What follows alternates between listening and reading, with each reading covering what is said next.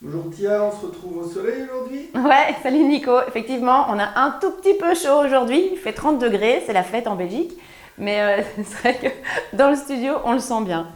Donc aujourd'hui, on se retrouve pour une nouvelle vidéo technique de couture qui fait suite à la vidéo précédente où on vous a expliqué comment placer son tissu pour pouvoir le couper. Eh bien aujourd'hui, on va voir comment couper son tissu.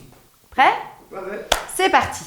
Donc, on ne va pas revenir sur tout ce qu'on a expliqué dans la vidéo précédente. On va juste faire un rapide petit check. Pensez bien à vérifier si votre tissu a un haut ou un bas. Donc, s'il y a un motif ou par exemple si c'est du velours ou que la matière présente un haut et un bas. Mais pour tout ce qui est de comment vous allez l'installer, je vous propose de voir notre vidéo précédente. Alors, avant de placer notre patron sur le tissu, on va quand même faire une petite vérification parce que ça vous arrivera régulièrement. Ce sont les angles de votre tissu.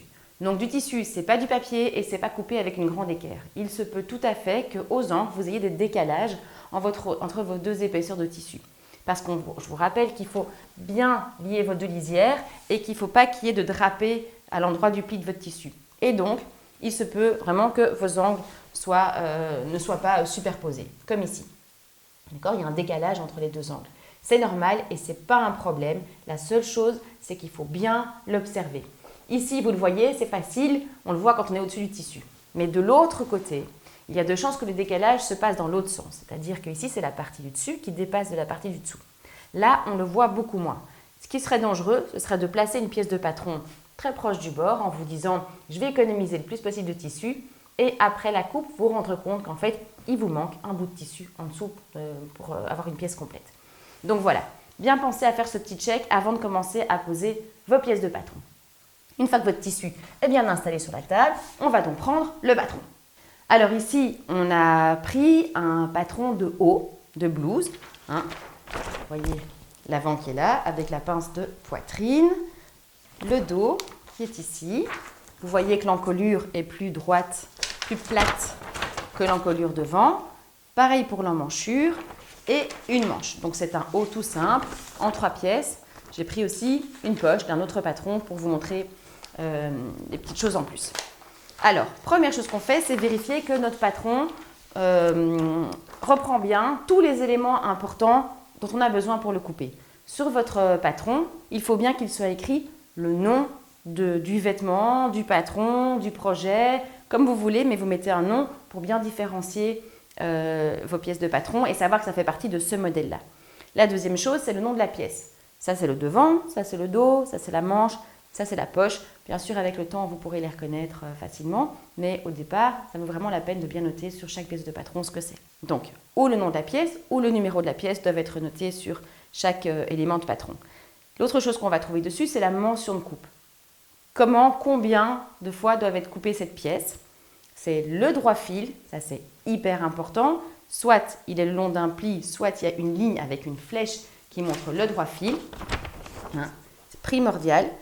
D'accord? S'il y a une flèche, la flèche montre toujours le bas du vêtement. Ça veut dire que si vous avez un motif, le bas du motif va être par là et le haut du motif va être par ici. D'accord? Donc la flèche montre toujours le bas s'il y a une flèche au droit fil.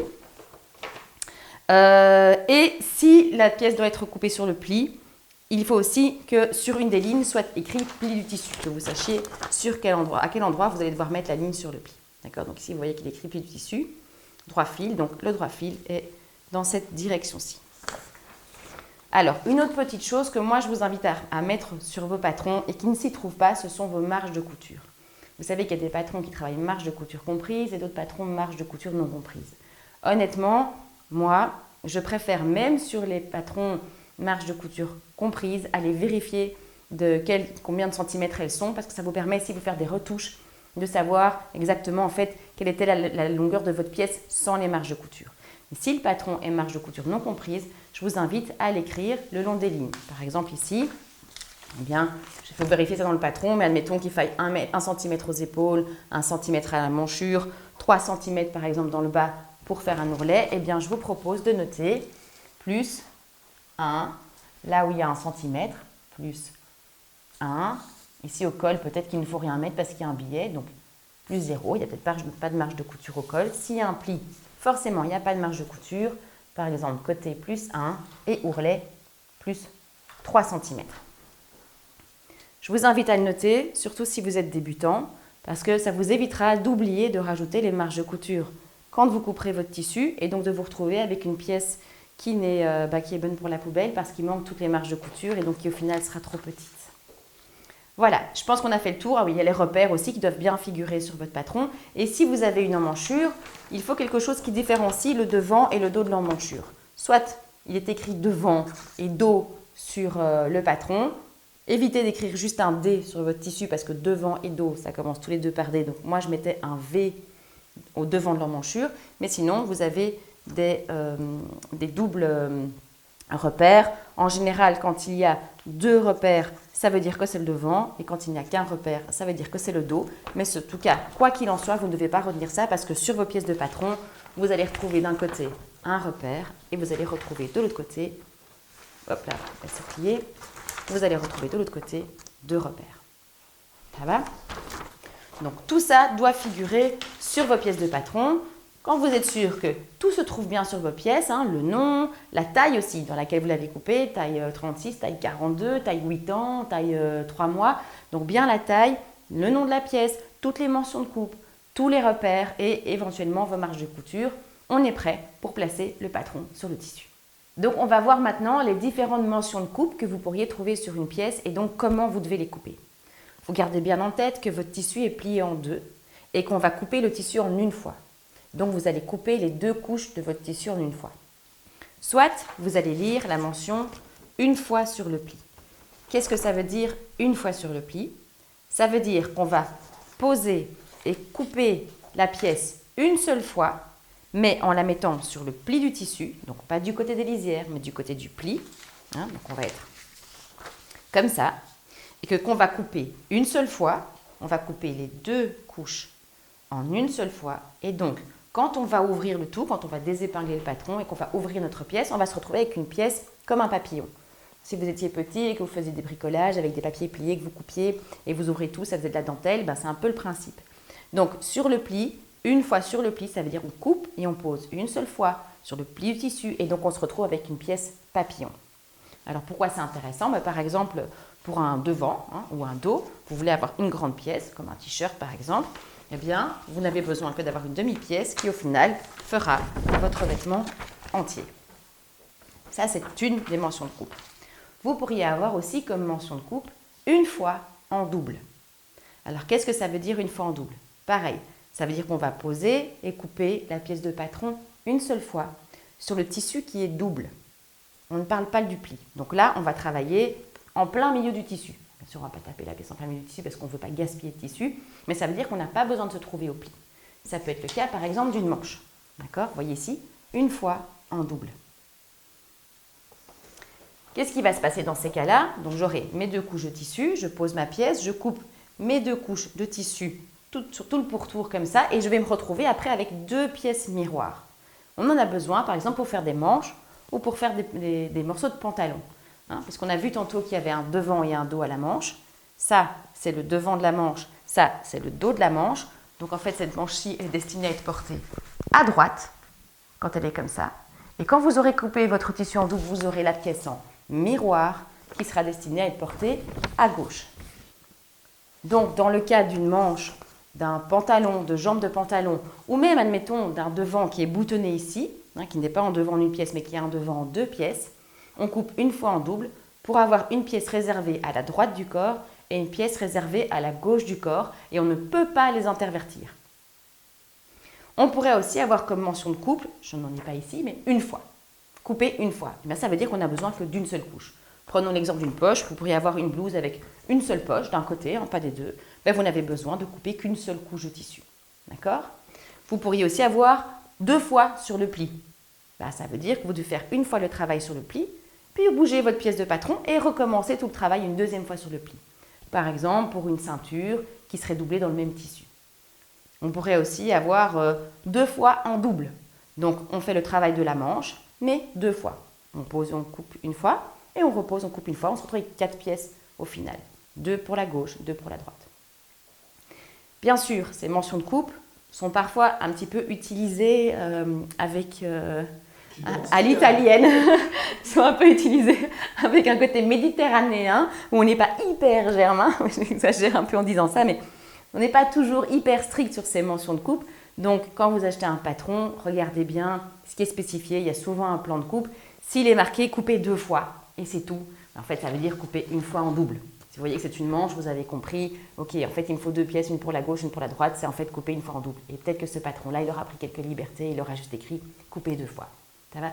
Donc, il faut quand même travailler avec logique, mais comme ça, vous avez vu les différentes mentions de coupe.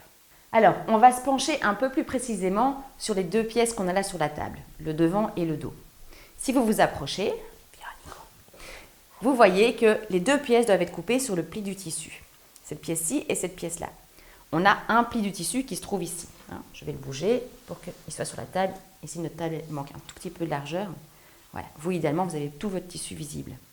Donc, ici, facile. Je peux mettre ma pièce comme ça sur le pli du tissu. D'accord? Vous voyez ça? Tu vois ça, Nico? Yes, je vois. Ok. Ici, on se dit, là, qu'est-ce que je fais? Est-ce que je la mets comme ça? Ça veut dire que j'ai une pièce la tête en haut, une pièce la tête en bas. Ça, c'est pas l'idéal. On ne fait pas ça. Alors, est-ce que je la mets comme ça? Alors là, c'est bien. La seule chose, c'est que vous ne voyez plus aucun des repères qui est en dessous. Par exemple, la pince, on ne la voit plus. Les repères d'emmanchure, on ne les voit plus. Si vous les voyez à travers, si vous avez un papier transparent, un papier de soie, aucun problème. Vous pouvez tout à fait retourner votre pièce qui est à couper sur le pli. Ce n'est pas un souci. Il y a une autre petite astuce qui existe pour que vous puissiez couper 2 pièces sur le pli et qu'on utilise souvent pour gagner un petit peu de longueur de tissu. Je vous la montre tout de suite.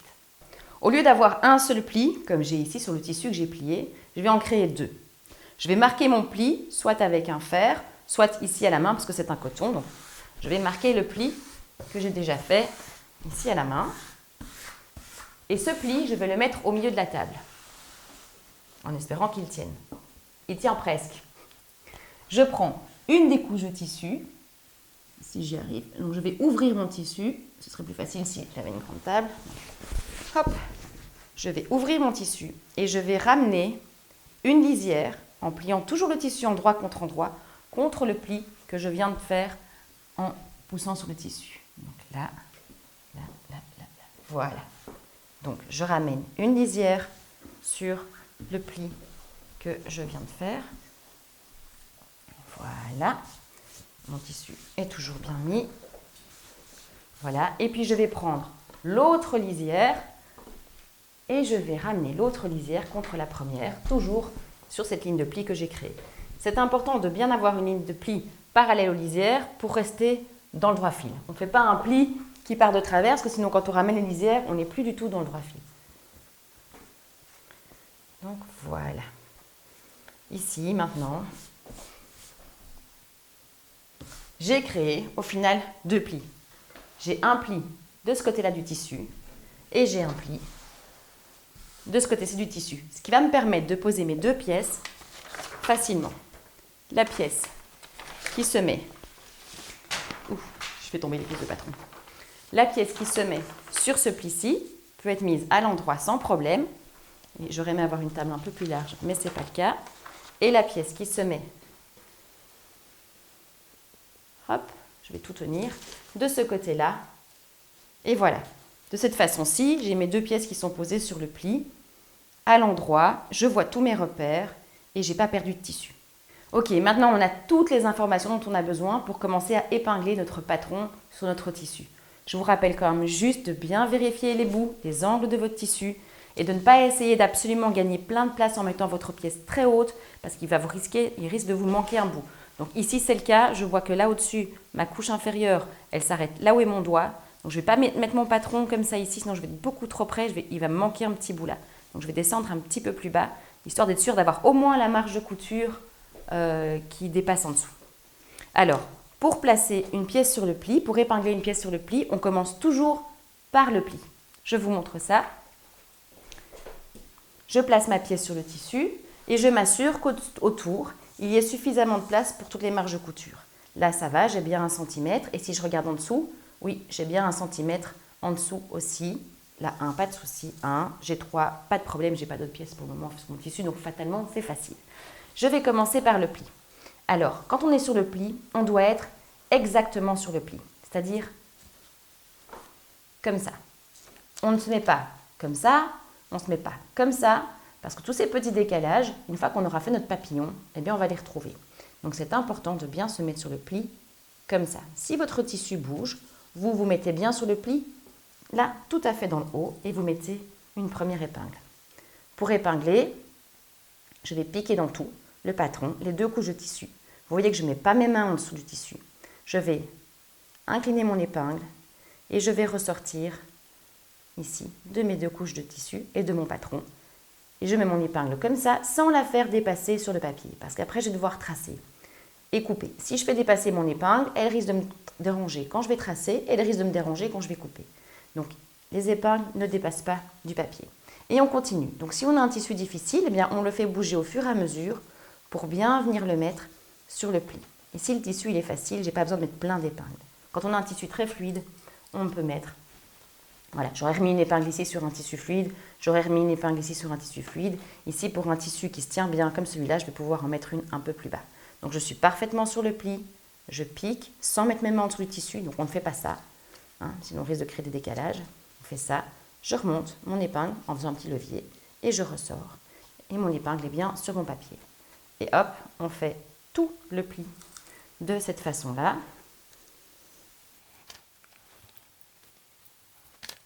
C'est pour ça que c'est aussi très important de couper un patron avec beaucoup de précision. Si vous faites des lignes qui ondulent au moment où vous tracez votre patron ou vous le coupez, ben, fatalement vous vous compliquez toutes les étapes qui viennent à ce stade-ci.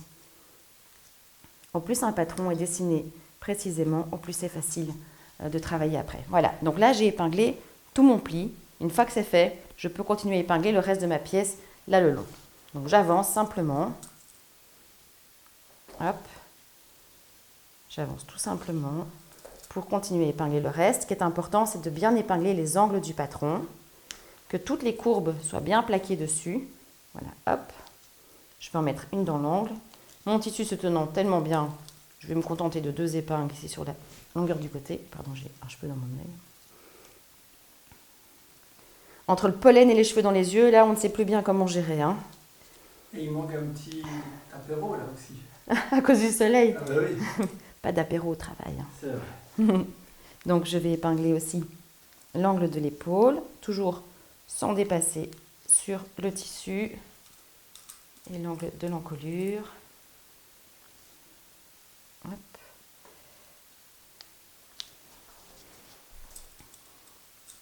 Alors, quand je vais épingler ici, je vois qu'il y a un petit repère. Je ne vais pas mettre d'épingle à l'endroit du repère parce que le repère, on peut décider soit de le tracer avec un outil de traçage, avec un petit crayon, soit de le couper, de le cranter dans le tissu. Mais si j'ai une épingle qui est là et que je crante, je risque d'abîmer mes ciseaux à cause de l'épingle.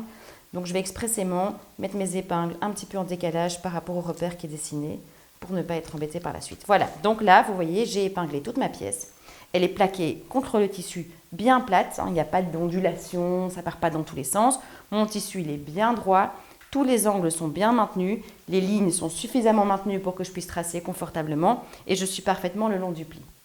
Ça va? Tia, j'ai une petite question de graphiste. Oui. Ah, là tu as pris beaucoup de temps à mettre tes épingles. Est-ce qu'il n'existe pas une colle semi-permanente qui permet de plaquer ton... De plaquer et les 2 couches de tissu ensemble, plus t'imagines, donc ça veut dire que quand tu plies tes tissus et que tu joues avec tes 2 lisières comme on l'a vu dans la vidéo précédente, tu devrais faire attention à ce que tes 2 couches encollées ne collent pas ensemble. Parce que... Juste coller le papier et pas le tissu. Ah mais alors tes 2 couches ensemble, quand tu vas travailler, elles sont pas solidaires. Là on a besoin que et le papier soit solidaire avec le tissu, mais que les 2 couches de tissu soient aussi solidaires ensemble. Ok, donc pas Voilà. une bonne idée. Donc non, c'est marrant parce que j'ai eu une élève en cours de couture qui m'avait aussi dit, mais enfin toutes ces épingles, est-ce qu'il n'y a pas de la colle, on ne peut pas coller tout ça? Voilà, voilà. Donc elle avait trouvé une colle textile, mais elle n'a quand même jamais vraiment fait de vêtements avec, donc je ne sais pas. Si quelqu'un a déjà réussi à faire un vêtement sans épingle, uniquement à la colle, ben dites-le nous. Mais j'avoue que j'ai un petit doute. Mais voilà. Ok, maintenant on va voir le second cas de figure, le cas où on doit couper une pièce en double. Donc typiquement la manche. On a vu que là, on n'était pas du tout le long du pli. On ne veut pas une pièce papillon, on veut 2 pièces bien distinctes, une pour la droite, une pour la gauche du corps. Et on a dit qu'il fallait bien repérer le droit fil. Le droit fil montre le bas, donc ma manche, je vais devoir la mettre comme ça, hein, puisque le haut de mon vêtement pour le moment regarde par là et le bas de mon vêtement regarde par là. C'est surtout super important si vous avez des motifs avec un sens, rappelez-vous-en. Donc, j'ai mon droit fil qui est là et on a vu dans la vidéo précédente ou dans d'autres vidéos, parce qu'on a déjà parlé beaucoup de ce droit fil, j'ai déjà fait pas mal de petits schémas il me semble. Tu dessines très bien. Je dessine parfaitement bien sur ce petit tableau, voilà, c'est tellement magnifique. D'ailleurs, je suis harcelée de demandes de dessin, vous n'imaginez pas. Non, mais, donc, on a notre droit fil qui est ici et on a vu que le droit fil, c'était l'axe de la pièce qui devait correspondre à la direction, au sens des fils de tissage du tissu et on a vu que ce sens des fils était parallèle à la lisière. Donc, je bouge le tissu parce que là, on va avoir envie d'avoir les lisières sur la table. Hop! Voilà. Donc, ma lisière est là et mon axe ici doit être parallèle à la lisière.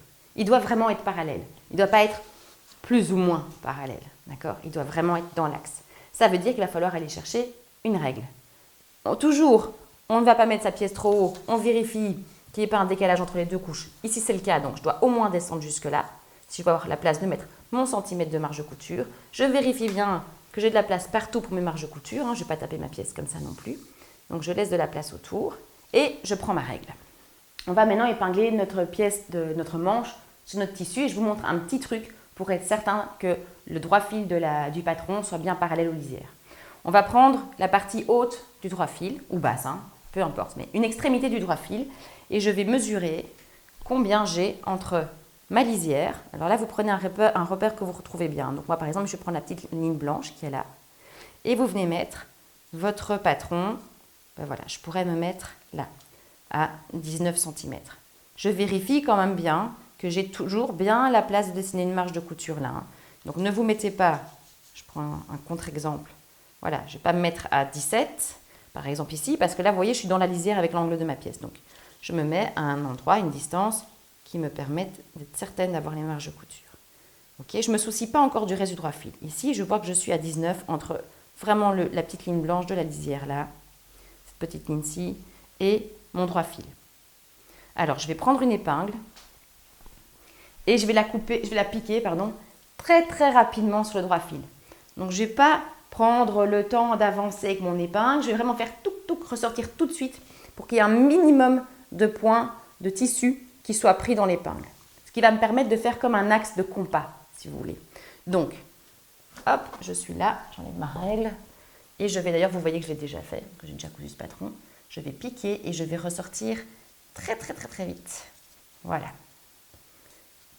Ça va, donc entre là et là, j'ai bien 19 cm. Et regardez ce que je fais.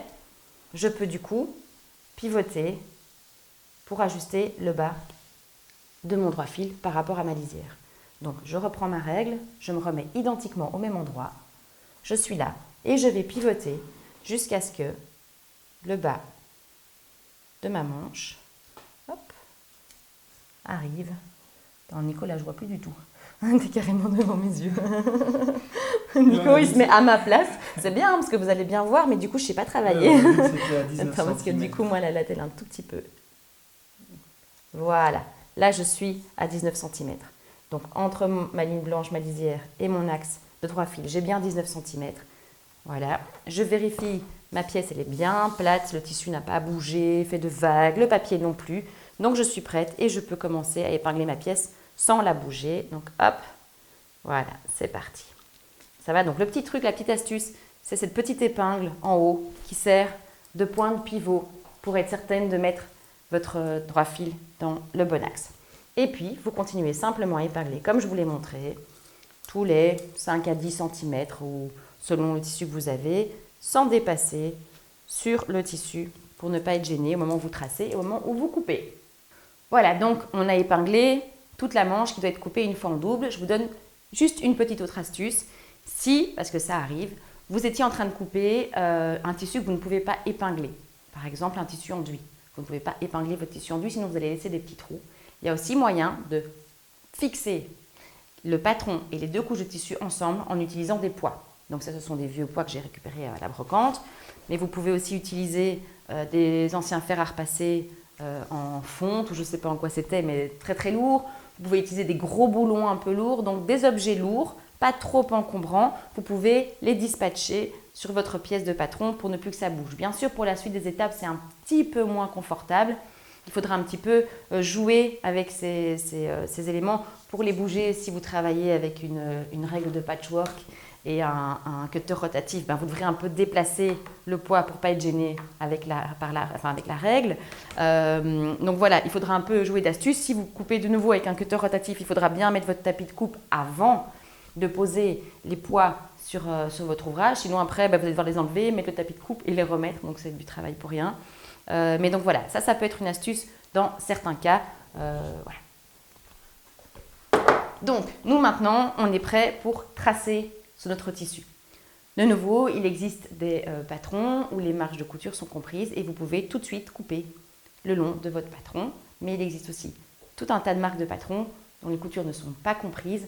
Personnellement, et je sais que c'est un grand débat, je préfère nettement. Je sais que c'est plus d'étapes au moment de la coupe du tissu, mais par contre, pour tout ce qui est retouche, pour s'assurer que le vêtement est à la bonne dimension, pour tout ce qui est transformation de vêtements, c'est beaucoup plus simple parce qu'on travaille directement sur le vêtement et on ne doit pas à chaque fois se dire « Ah oui, mais là, en fait, il y avait un demi-centimètre, là, 3 centimètres, là, il y avait ceci. Ah, en fait, la pince, elle ne s'arrête pas vraiment là parce qu'il y a la marge de couture en plus. » Donc, pour tout ce qui est transformation de vêtements ou retouche pour mise à mesure, c'est beaucoup plus simple quand les marges de couture ne sont pas comprises. Quoi qu'il en soit, je vous montre cette étape de traçage. Tadam! Tadam! Tadam! La sortie de la douche, non? J'avais un peu chaud, désolée. Donc, On y va. on reprend.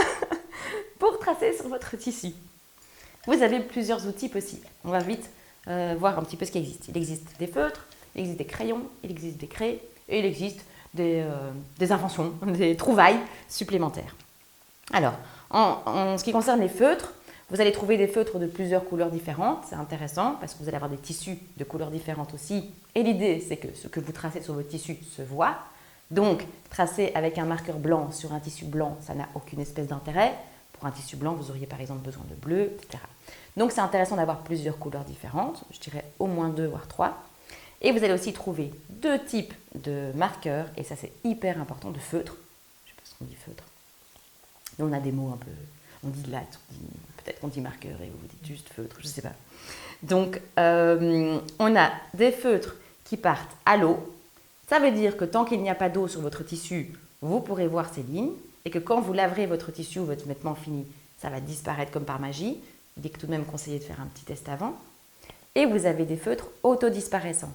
C'est-à-dire que vous tracez et le temps passant, le feutre disparaît tout seul. Plus ou moins vite selon le feutre et selon le tissu sur lequel vous tracez. Donc un même feutre peut disparaître plus vite sur un tissu que sur un autre. Attention, ça peut être très utile pour marquer des choses que vous allez travailler tout de suite.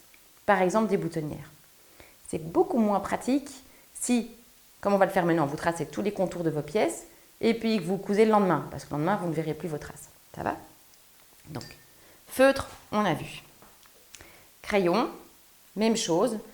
Choisissez des crayons de plusieurs couleurs différentes, un blanc, un bleu, éventuellement un rouge. Et choisissez aussi une marque qui écrit bien sur le tissu. Il existe des petits crayons, des petits formats comme ça. Et quand on essaye, on se rend compte que ça ne marque pas très bien. Donc préférez des crayons avec vraiment une mine un peu créeuse qui vont beaucoup mieux marquer le tissu. Ne les faites pas tomber, sinon chaque fois que vous allez les tailler, vous allez voir votre mine qui va casser. Vous pouvez aussi trouver des craies de couleurs différentes, des craies de tailleur, à utiliser sur la tranche pour tracer. C'est assez volatile et ça manque un peu de précision à mon goût. Donc moi, ce n'est pas l'outil que je préfère, mais par contre, ça part facilement. Et alors, dans les trouvailles, on peut avoir, moi j'ai une boîte comme ça, d'anciens savons que j'ai utilisés pour mes mains et qui sont devenus trop plats ou trop fins pour être utilisés, mais que j'utilise pour tracer.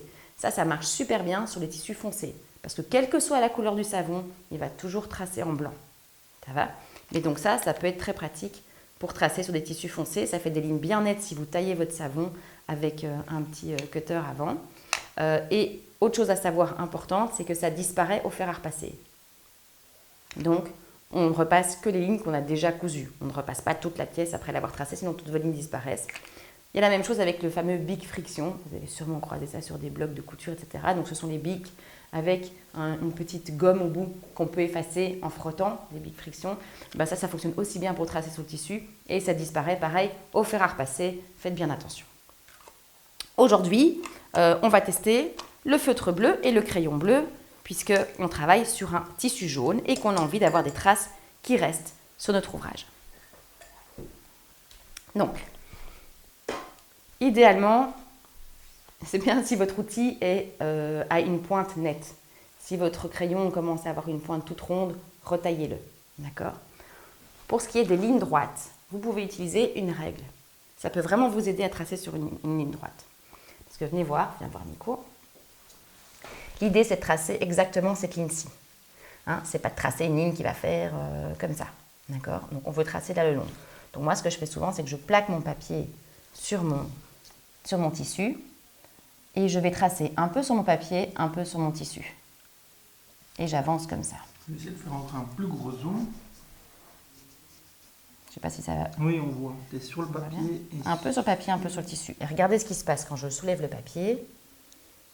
J'ai une ligne hyper nette. Ah oui, ça se voit bien. Plus facile pour coudre. D'accord ? Donc, ce qu'il ne faut pas faire maintenant, regardez ce qu'il ne faut pas faire, donc ne faites pas ça, hein, c'est tracer en faisant comme ça, ou une espèce de grosse ligne, tellement grosse que vous ne savez plus très bien où elle s'arrête. Ça, on ne fait pas, d'accord ? On ne veut pas de ça. Mais donc, pour tracer des lignes droites, vous pouvez vous aider d'une règle. Je vais plaquer ma règle le long de mon patron. Vous voyez, je suis vraiment sur le bord de mon patron. Je vais plaquer la règle avec mes mains et je peux tracer en faisant ce que je vous ai montré là tout de suite. Hop, une ligne droite en étant légèrement inclinée avec mon crayon. Voilà, vous pouvez déborder des lignes, hein, vous pouvez aller un peu au-delà quand vous êtes aux angles. Il vaut mieux avoir un angle bien dessiné que pas d'angle du tout. Voilà, hop, après j'enlève ça et là, on va tricher, on va enlever une épingle. J'ai une ligne bien nette. Comme je vous disais là tout de suite, d'ailleurs je vais attendre avant de remettre l'épingle, quand vous avez un angle, faites bien ceci. Donc tracez bien, quitte à déborder un petit peu. D'accord ? Il vaut mieux avoir un angle dont vous voyez bien l'extrémité, comme ça vous savez bien où arrêter et commencer vos points d'arrêt, que d'avoir un angle, je vous montre ça ici, hop, où vous n'auriez pas été jusqu'au bout. Ça, on ne veut pas. D'accord ? On va faire le test avec le feutre. Ok, donc je vais tracer ici par exemple. Donc là, pareil, je vais tracer légèrement sur le tissu et sur le papier et je suis ma courbe tranquillement, comme ça, en débordant un petit peu. D'accord ? Alors, pour les repères, vous avez deux solutions. Soit vous les marquez aussi au feutre, soit on va les cranter, mais ça je vous montrerai après. Je vais d'abord terminer de tout tracer. Ah oui, c'est attaché, je ne peux pas montrer. Mais bon, tu veux que je détache un peu ? Oui, oui. Voilà. Nickel. Ok, donc je vais tout tracer au feutre, parce que je pense que le feutre se voit un petit peu mieux que le crayon. Oui, oui.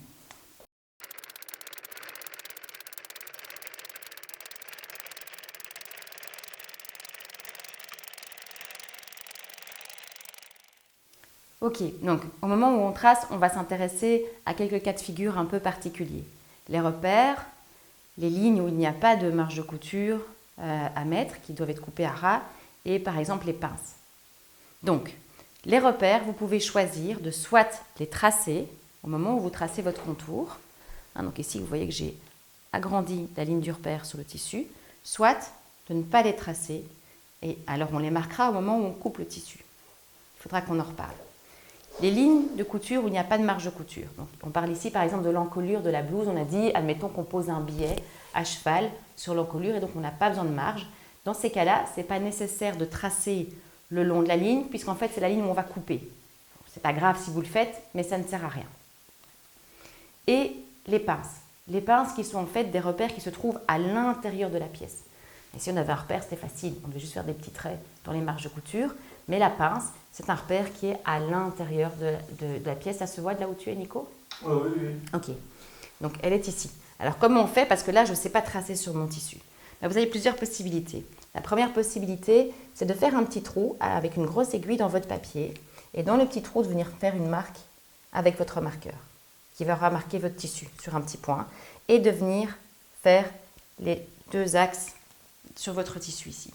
Ça veut dire que quand vous allez travailler sur la suite, vous allez devoir bien passer tout ça au carbone et tracer la pince complètement. Ça, c'est une possibilité. La deuxième possibilité, je vous la montre quand on sera occupé avec le carbone. Il y a aussi des gens qui font ça avec du fil.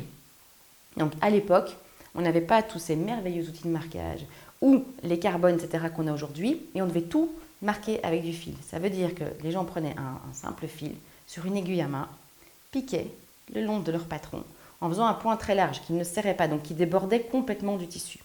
Et puis, ils séparaient leurs deux pièces, ils les écartaient jusqu'à tendre ce fameux petit fil et ils passaient entre les deux avec des ciseaux. Et donc, ils avaient plein de petits fils qui, en fait, marquaient leur contour de patron. Ça peut être pratique, par exemple, pour des pinces, vous pourriez faire un petit fil pour les pinces. La seule chose, c'est que ces petits fils, quand vous allez manipuler votre patron pour le coudre, ils vont peut-être tomber. Et donc, c'est clair que ça, plus du carbone, c'est beaucoup plus facile. Après, voilà, si vous travaillez avec un tissu très, très fragile, une mousseline de soie transparente et vous avez peur que les traces ne partent pas quand vous allez laver le vêtement, vous pouvez travailler avec des fils de cette manière-là. Ok, on continue avec les marges de couture. Donc, on a dit tout à l'heure, là, on est sur un cas où les marges de couture ne sont pas comprises dans le patron, il faut qu'on les rajoute. Première possibilité, c'est de les marquer sur le tissu. Vous utilisez alors, si je le retrouve, il est là, un mesureur d'ourlet. Donc ça, c'est un petit outil magique hyper pratique à avoir dans sa boîte de couture. C'est c'est une mini règle qui reprend plein de dimensions différentes. 1 cm, 3 cm, 6 cm gradués, 4 cm, 2 cm. Donc chaque côté, chaque portion de la règle, c'est un autre nombre de centimètres. Et donc, on va pouvoir utiliser la règle et la bouger en fonction de ce qu'on veut avoir comme marge de couture. C'est aussi pratique si vous voulez repasser directement des ourlets. Vous repassez sur le tissu directement en pliant 3. Et s'ils sont en métal, vous pouvez repasser dessus. S'ils sont en plastique, ça existe aussi en plastique, vous ne pouvez pas. Ok, on va regarder concrètement ce que ça donne.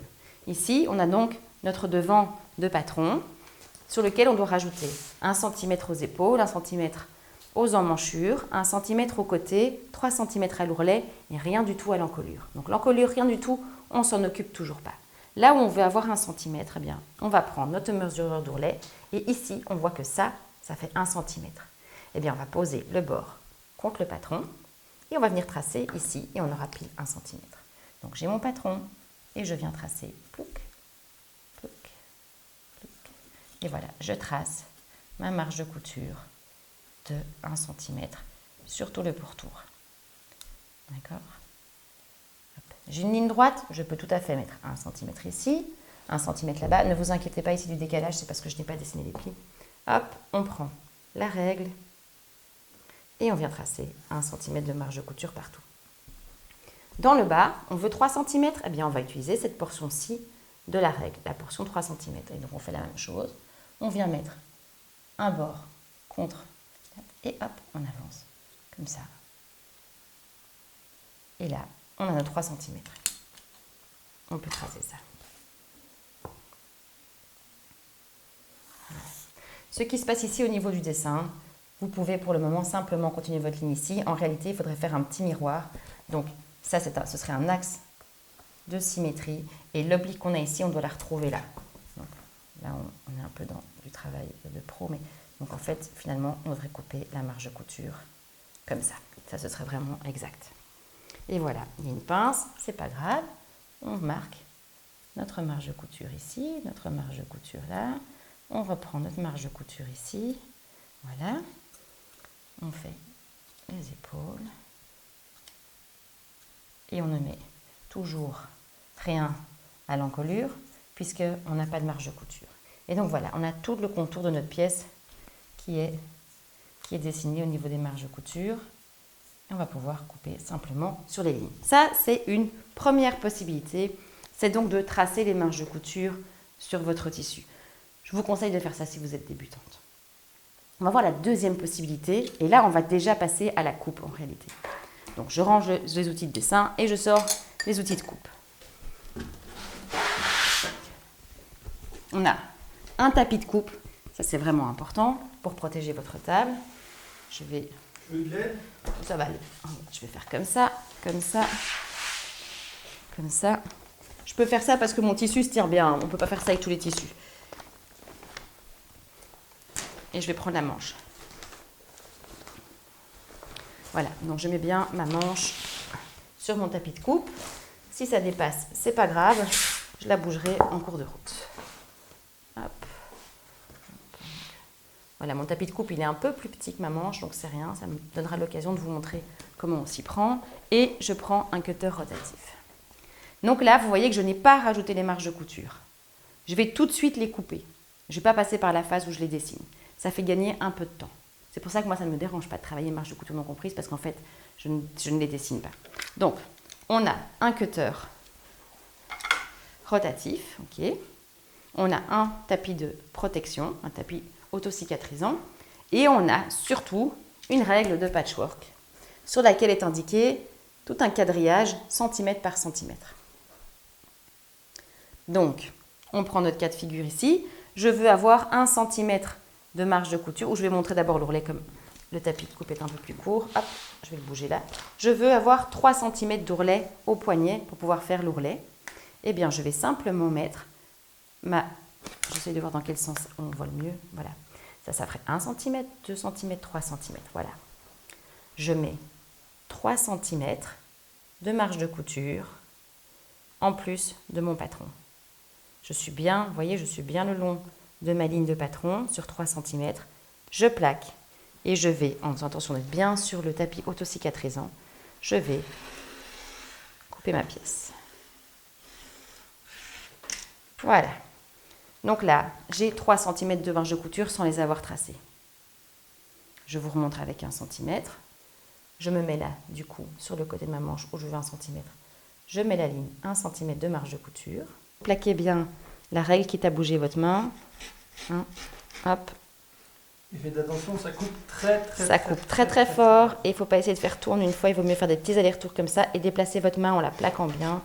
Voilà, je fais attention à ne pas dépasser du tapis auto-cicatrisant pour ne pas abîmer ma table. Et voilà, j'ai 1 cm. Alors vous me direz, Tia, c'est super, mais ça ce sont des lignes droites. Easy game. Qu'est-ce qui se passe quand il y a des courbes? Moi, je fais exactement la même chose, je vais vous montrer. Il faut juste bouger un peu avec le patron. Je vous montre ça. Je mets la courbe de l'emmanchure sur mon... Et là, je vais devoir, Nico, me mettre... Je crois qu'on va devoir changer nos places parce que comme je suis droitière... Oui, comme je suis droitière, je vais avoir besoin d'être de ce côté-ci. Je vais essayer de prendre ceux qui sont quand même plus faciles. Vous pouvez avoir des règles aussi plus courtes si ça peut vous faciliter la vie. Donc, vous voyez là... Ah ben voilà, vous voyez l'envers du studio. Donc, vous voyez, je suis bien ici, au début de ma ligne, je suis bien à 1 cm de marge de couture. Je commence à couper. Je garde mon cutter enfoncé et je vais, hop, bouger petit à petit, pivoter, pour suivre 1 cm. Il faut un petit peu de technique pour faire ça. Pas tellement, en fait, il faut juste un peu de patience, je pense. Voilà, il faut prendre le temps de suivre. Voilà, et on avance comme ça, et on suit. Hop, je vais la rebouger un petit peu. Quel travail d'équipe, je te suis. Hop, et j'avance, je peux même avancer comme ça. Ici, il faut dire que le cutter est tout nouveau, donc il coupe super bien, mais n'hésitez pas à changer votre lame. Vous trouverez aussi des lames sur le site, vous trouverez aussi des lames à la vente, séparément, qui vous permettent de toujours avoir un cutter rotatif bien aiguisé et c'est beaucoup plus facile à utiliser. Voilà. Ok. Je vous montre quand même... ah ben non, je vais vous montrer sur l'autre pièce. Je termine de couper cette pièce-ci et je vous montre sur l'autre pièce l'autre technique.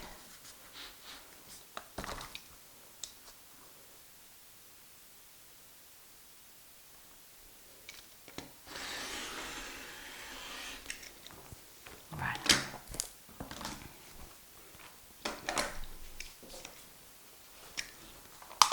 Ok. Donc, je reste accrochée aux épingles. Ici, on a coupé notre pièce, donc une fois en double, comme on voulait tantôt. Je vous montrerai après ce que ça donne. Mais ce que je voulais vous montrer ici, c'est qu'avec un cutter rotatif, vous avez une coupe super nette partout. C'est, pour la suite du travail, hyper confortable. Parce que quand on travaille avec des ciseaux, je vais vous montrer après, parfois on a tous des petits à-coups dans la coupe et c'est moins sympa. Donc ça, pour des tissus qui sont un peu capricieux, qui glissent, etc., des satins, des crêpes, parfois certaines viscoses, etc., c'est quand même super facile de travailler avec ce système-là.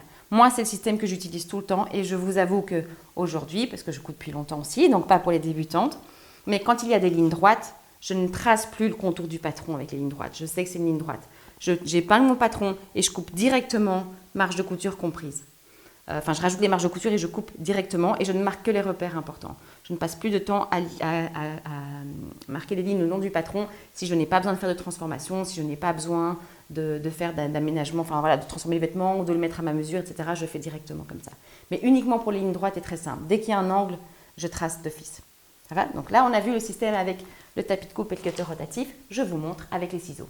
Alors, ce qui est important, c'est d'avoir une bonne paire de ciseaux à couture et de ne l'utiliser que pour couper du tissu, du fil, etc. On oublie les ciseaux qu'on partage en famille pour tout type de bricolage parce que vous aurez des tissus qui ne vont plus couper convenablement votre tissu. Je vous montre mon petit truc à moi. Donc moi, j'ai 2 paires de ciseaux les mêmes et sur une de mes paires de ciseaux, j'ai accroché un petit bout de tissu. Ça, c'est la paire pour le tissu. Et mes enfants sautent au courant qu'avec cette paire-là, on ne coupe que du tissu. Avec celle-là, on peut couper du papier. Donc ça, c'est une petite astuce. On l'avait déjà dit chez toi. On l'avait déjà donné cette astuce et croyez-moi, elle est précieuse. Donc, j'espère que vous avez des bons ciseaux. On en a sur notre site. Peut-être qu'il n'y a pas longtemps, vous avez pu profiter d'une super promo où les ciseaux, il y avait un code de réduction sur les ciseaux. J'espère que vous en avez profité. Et si vous n'en avez pas profité et que vous aimeriez ce type de promo, dites-le nous en dessous de la vidéo. Et surtout, abonnez-vous à notre newsletter et à notre Instagram parce que c'est le genre de choses pour lesquelles on vous prévient sur nos réseaux sociaux et dans notre newsletter. Donc, si vous voulez ne pas rater ce genre de promo, abonnez-vous. Donc, ici, je vous montre, on va donc couper les 2 épaisseurs de tissu ensemble et on va essayer de laisser toujours le tissu bien le long de la table. On va essayer de ne pas soulever le tissu parce que si on soulève le tissu et qu'on commence à couper comme ça, vous allez voir qu'en fait, on crée des décalages. D'accord ? Donc, on va essayer de se mettre bien à plat et de couper simplement sur la ligne le plus régulièrement possible sans faire de dents. Là où il n'y a pas de marge de couture, on peut couper directement le long du papier. Et si on était occupé encore avec notre cutter rotatif, c'est pareil, on pourrait couper directement le long du papier. Pour tous les autres endroits, on va couper sur les lignes de marge de couture. Donc, si vous coupez avec des ciseaux, il est indispensable de tracer vos marges de couture si vous n'avez pas de patron marge de couture comprise. Indispensable. On ne coupe jamais les marges de couture à l'œil, à la one again, comme si on était un cow-boy. Parce que, croyez-moi, en fait, ça prend beaucoup de temps, toutes ces étapes préparatoires, mais vous n'imaginez pas à quel point vous aurez un beaucoup plus joli résultat et à quel point ce sera beaucoup plus facile de coudre un beau vêtement en faisant attention et en soignant toutes ces étapes préparatoires. C'est une des clés pour avoir des beaux ouvrages. C'est de bien préparer le moment couture en coupant bien vos pièces. Ok, hop, j'arrive ici et je fais bien attention et je coupe bien sûr, la marge de couture. Donc, vous voyez ici, j'ai fait exprès de mettre mon patron un peu trop bas et je vais vous montrer ce qui va se passer parce que j'ai beaucoup insisté dans la vidéo. Et voilà. Et voilà ce qui se passe, c'est qu'en fait ici, il n'y a pas assez de tissu. Donc, je vous montre concrètement ce qui s'est passé. Voilà, il me manque un petit peu de marge de couture ici. Ça veut dire que si je me fie à mes marges de couture et que je n'ai pas tracé mes lignes de couture, etc., je vais avoir un problème là. Donc, c'est pour ce genre de choses qu'il faut faire bien attention. Parfois, c'est carrément un bout de patron qui manque. Tu as aussi dit que ça donnait des petits coups. Oui, ça donne des petits coups. Ça donne des petits coups particulièrement parce que je suis vraiment au bout du tissu et que j'ai plus su prendre les 2 couches avec. Sinon, ici, quand tu regardes, on a quand même une coupe qui est relativement nette et propre. Donc, voilà. On continue, on est presque au bout, je vous rassure. On va devoir passer nos lignes au carbone. Et donc, jusqu'à présent, on a bien laissé toutes les pièces de patron épinglées sur nos tissus. On ne touche toujours pas. Parce que là, ok, on a toutes les lignes, les repères, les trucs et tout, mais de l'autre côté, on n'a rien du tout. Donc, quand on aura enlevé la pièce de patron de notre tissu, de l'autre côté, on n'aura aucune trace, on ne sait pas du tout où on doit coudre. Donc, on doit encore marquer l'autre côté du tissu. Pour ça, on utilise du carbone textile. Vous pouvez en trouver dans plusieurs couleurs, de plusieurs couleurs différentes. Il existe aussi des bleus, des rouges, des jaunes, etc. Il existe des packs avec plusieurs couleurs. Ici, nous, on va utiliser le noir parce qu'on a un tissu jaune et que si je prends le blanc, j'ai peur qu'on ne voit pas bien, mais vous pouvez toujours faire un petit test. Donc, le carbone à tissu. Il y a une face, comme du carbone à l'époque où on écrivait dans les cahiers. Hein. Il y a une face en craie, où c'est plutôt de la craie que de l'encre, et une face où il n'y a rien. On va bien mettre la face avec la couleur, la craie, vers le haut. Je plie ça. Donc je mets bien quelque chose qui protège ma table, parce qu'on va utiliser une roulette. Et que si vous utilisez une roulette à picot sur une table en bois, vous allez faire des traces partout. Vous pouvez demander à mon papa comment ça s'est passé à la maison. Donc, et là, c'est une roulette sans picot. Oui, là, c'est une roulette sans picot. Il y a une différence? Donc, oui. Ben, il y en a une qui va tracer des petits points et l'autre qui va tracer des lignes. Okay. Donc, ici, j'ai mis le tapis autocicatrisant, mais donc vous mettez quelque chose pour protéger. Vous prenez votre carbone et vous mettez bien la couleur vers le haut. D'accord? Et puis, vous prenez votre pièce à décalquer, on va dire, et vous la posez dessus. Là, ça ne doit pas être solidaire, hein, que la pièce elle soit comme ça, c'est égal. Donc, on va prendre, pour les lignes droites, je reprends ma règle, hein, c'est facile, c'est propre. Donc, je mets bien ma règle sur la ligne que j'ai tracée au feutre, et je vais simplement passer à la roulette. Alors, faites plusieurs tests. Je ne connais pas encore ce carbone, c'est la première fois que je vais l'utiliser, donc je vais essayer sans trop appuyer. Je vais regarder ce que ça donne et si ce n'est pas suffisant, j'appuierai plus. Voilà, ça a bien marqué. Voilà, donc heureusement que je n'ai pas appuyé plus. D'accord? Donc il y a d'autres carbones qui marquent moins. Et donc vous devez adapter la pression que vous mettez sur la roulette à votre carbone. D'accord? Encore une petite question, tu as parlé des feutres effaçables, le carbone s'efface très bien? Le carbone s'efface à la machine à laver, mais vraiment je vous conseille quand vous cousez du blanc, d'utiliser des carbones le plus légers possible, ne pas trop appuyer et faites un test. Pour des chemises par exemple blanches, faites un test pour être sûr que, honnêtement, coupez une chute de tissu avant de passer toute votre pièce au carbone. Coupez une chute de tissu, passez un peu de carbone, mettez-le dans votre machine à laver et regardez comment ça sort. Parce que j'ai quand même le souvenir de chemises que des élèves avaient cousues et on a continué à voir du légèrement rouge ou du légèrement jaune dans les cols pendant quand même plusieurs lavages. Donc ça a fini par partir. Mais voilà, ce serait dommage d'être déçu. Donc, je passe mes lignes à la roulette. Je déborde bien aux angles pour bien avoir un angle net. C'est pareil que quand on a tracé, on peut déborder un petit peu pour bien voir où notre ligne de couture s'arrête. Je vous montre ce qui se passe avec la roulette pleine. Il n'y a pas un petit point. C'est un peu moins facile à faire rouler. D'accord? Oui, je suis partie sur le côté déjà. Mauvais plan, Tia. Voilà, donc voilà, ça, vous voyez, je suis partie un peu sur le côté, j'ai fait une... Donc voilà, ça fait une ligne pleine. Ça peut être utile à certains moments. Alors, l'histoire de la pince, là, je vous ai dit, soit vous avez fait un point et 2 traits, et alors vous pouvez faire la même chose avec votre carbone, c'est-à-dire que vous faites vos 2 traits au carbone, vous reprenez votre outil pour faire le point, et de l'autre côté, vous pourrez retracer votre pince avec une règle, d'accord? Et sur cette face-ci, quand vous allez enlever votre papier, quand vous allez tout désépingler, ben pareil, vous pourrez rejoindre ce point-ci avec ces 2 lignes-là à la règle. Ça, c'est une technique, d'accord? Moi, c'est celle que j'utilise. Deuxième technique, vous passez votre pince tout de suite au carbone. Donc, je suis là. Et donc, une pince. C'est plus rapide à faire, ça. Ben, ce qu'il y a, c'est que tu vas devoir le faire 2 fois. Donc, c'est dans le cas, évidemment, où on n'a pas fait le petit trou, on n'a pas fait de trace là, et on n'a pas ces 2 repères-là. Moi, je n'ai qu'une pince, donc je vais vous montrer que les 2 techniques sur le même ouvrage, mais en réalité, on n'a aucun autre repère. Hein. Donc, on fait ça, on passe sur les lignes. C'est soit l'un, soit l'autre. C'est soit l'un, soit l'autre. La première méthode, je vous l'ai montrée avant.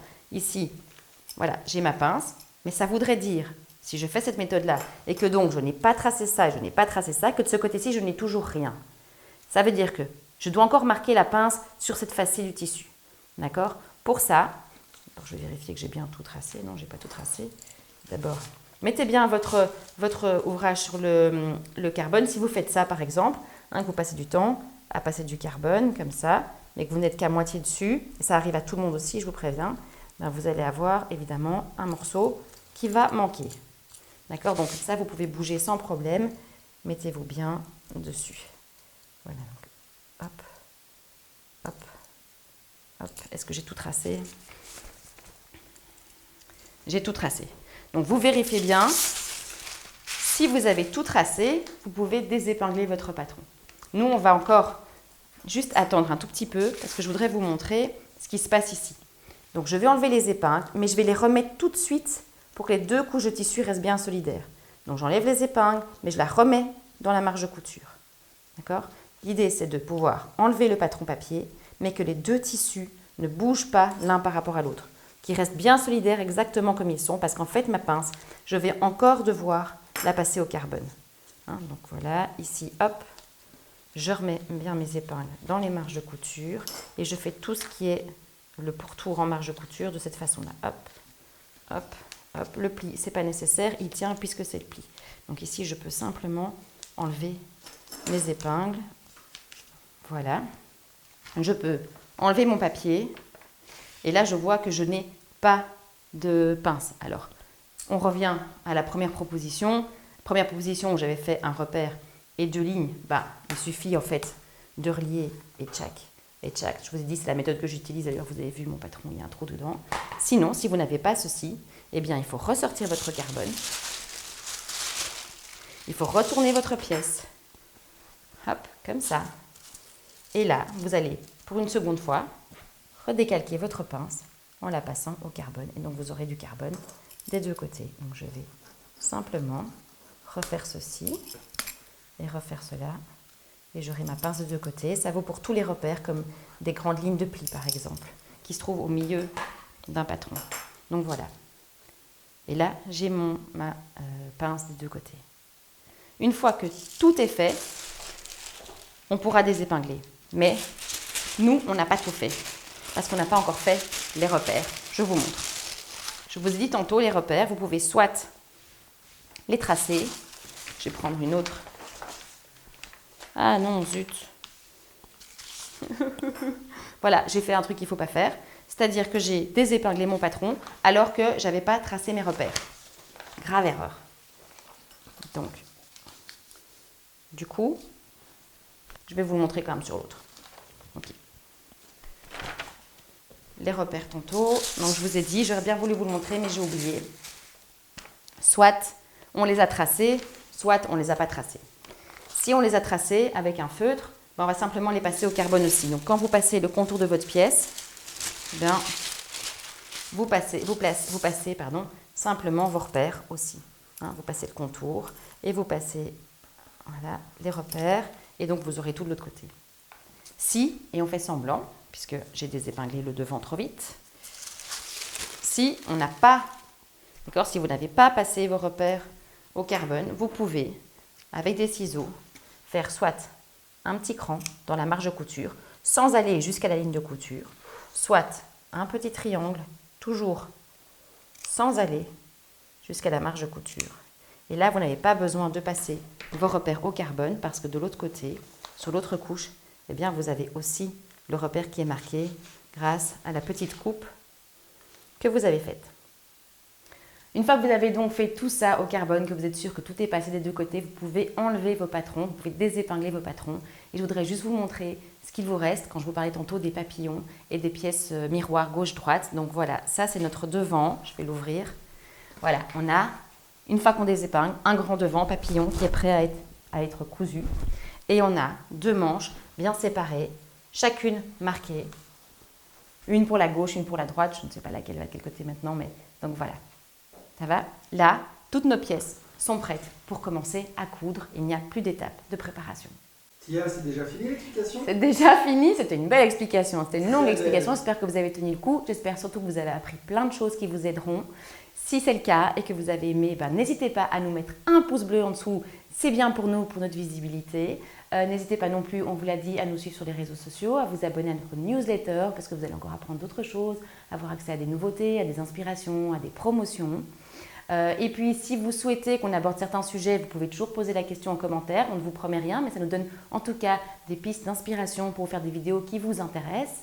Et puis, abonnez-vous à notre chaîne, comme ça vous ne raterez pas notre prochaine vidéo. Voilà. Merci Tia. Je vous dis à bientôt. Salut Nico. À tout bientôt. Ciao, ciao. Ciao, ciao.